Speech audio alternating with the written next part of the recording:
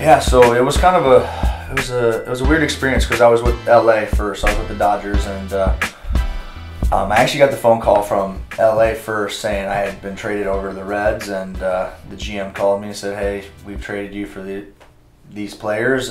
We wish you the best of luck." And then about 15 minutes later, the Reds called me, and they told me what a great opportunity it was for me to be traded over there, and all the opportunities that were going to be ahead if I put the work in, and if I came and performed at spring training, which I did. So I think the coolest thing was making that opening day roster, my first opening day roster in 16. Yeah, it was kind of a weird, it was a really weird emotion because I had been in the big leagues before, but it was my first opening day, so that's a first for me. And my parents were down at spring training, so I got to share that with them. It was went out and got dinner and just kind of celebrated. It was a really cool experience. And then opening day itself was just insane. They do it, it's like a holiday in Cincinnati, so it was a really cool experience.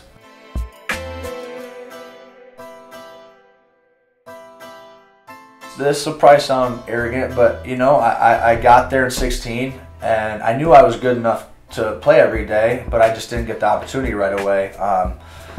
So I went down to the minor leagues in 16 and really just put the work in and had a great time down there for 2 months. Really hit the ball well, and then when I came back up, I was a starter, and that was the moment that I'm like, okay, I need to take this and run with it. You don't get these opportunities. These are the opportunities that you want in the big leagues.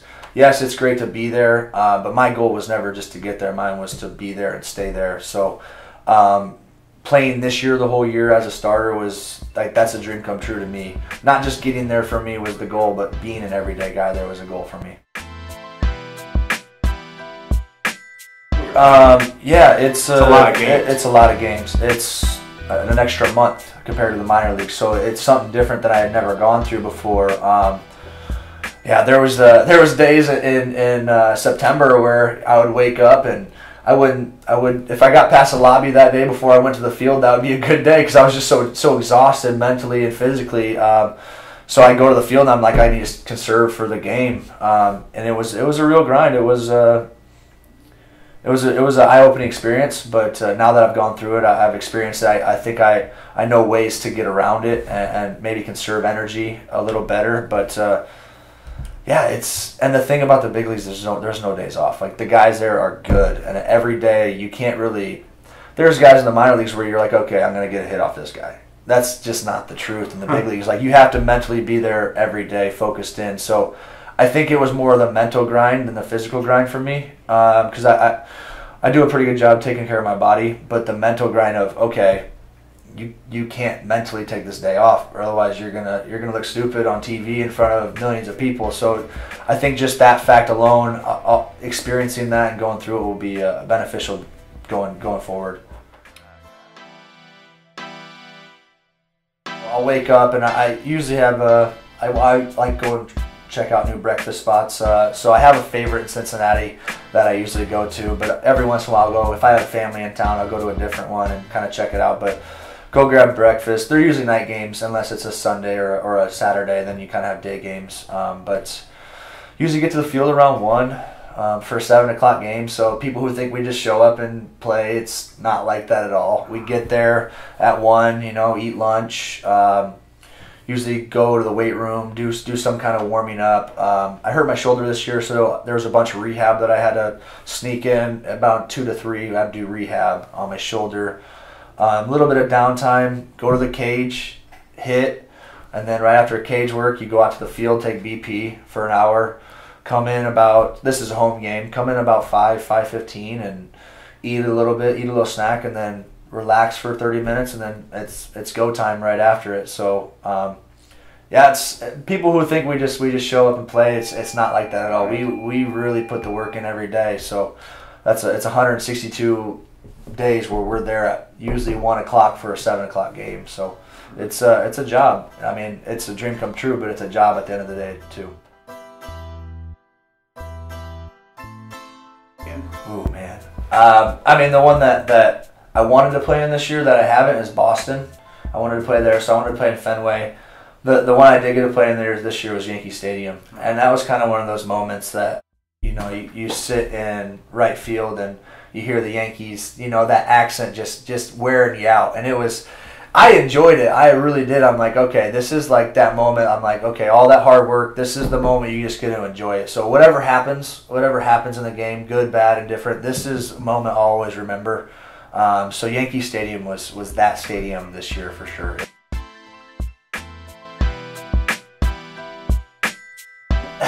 They get after you, absolutely. But that's like anywhere. So I enjoyed it.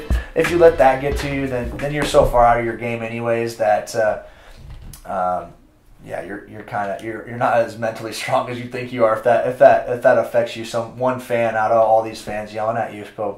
But yeah, you can hear the thick accents, and honestly, I enjoyed it. I really did. I loved every second of that. I can't figure out Wrigley. I can't figure out how to hit there. Yeah, it's just tough. I feel like they have all day games, and there's shadows. There's shadows you have to deal with. Their pitching staff is great. Like, there's just a bunch of variables, and I don't want to make excuses, but you know, sometimes those pitchers get paid too. So they're just a really good squad, and yeah, I just really struggled hitting there. So. Just I don't know what to do differently, but I've tried different routines. I've tried almost everything at that ballpark, and that's one thing. Since they're in our division, we're going to play there a lot, so I need to figure that out. I think Chapman, obviously. I would say most of the closers you face. Kenley Jansen's, I mean, just disgusting. Betances for the Yankees. I didn't see the ball very well off of him.